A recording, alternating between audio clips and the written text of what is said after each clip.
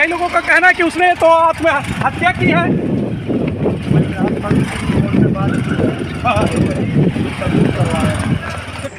इस समय हम लोग सामुदायिक स्वास्थ्य केंद्र नाथनगर में हैं और कल मालती चौहान की संदिग्ध परिस्थितियों में मौत हो गई है। और आज इस समय जो विष्णु चौहान है उसको मेडिकल के लिए यहाँ पर लाया गया है और बताया जा रहा है कि विष्णु ने ही मालती की हत्या की है, लेकिन अभी भी जो गुत्थी है वो उलझी हुई है। और इस समय यहाँ पर आप देख सकते हैं कि विष्णु की यहाँ पर जो है मेडिकल चेकअप हो रहा है, उसके बाद यहाँ से उसको जेल भेजा जाए, लेकिन अभी तक जो गुत्थी है वो सुलझी नहीं है कि मालती चौहान की किसने हत्या की। वहीं विष्णुराज जो यूट्यूबर, फेमस यूट्यूबर है, जो अब यहाँ से इसको जेल ले जाया जा रहा है, अभी इसको मेडिकल चेकअप यहाँ पे कराया गया। आप देख सकते हैं कि यही है कि क्या मामला है, किसने की है हत्या, क्या लगता है आपको? उनको फंसाया गया है पूरी तरह से, लेकिन कई लोगों का आरोप है कि मालती को आप प्रताड़ित करते थे। भैया आगे पता चलेगा, बस हमको सब लोग मिलकर बर्बाद कर दिए।